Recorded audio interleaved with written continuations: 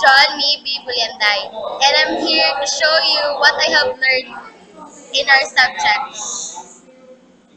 I learned that this is an improvised clinometer, and this is used to solve the height of the building.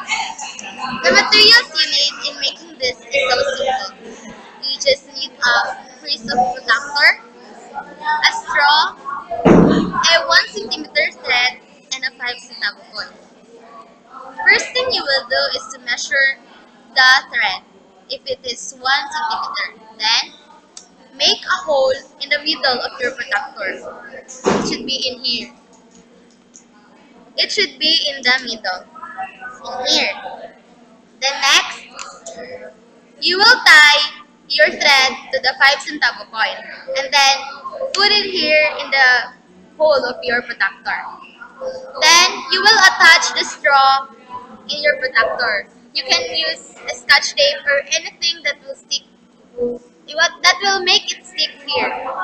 Then you have already now your improvised clinometer. Again, this is used to solve the height of the building. Once again, I'm Joan Me B. Bulyanday, and thanks for watching. Have fun!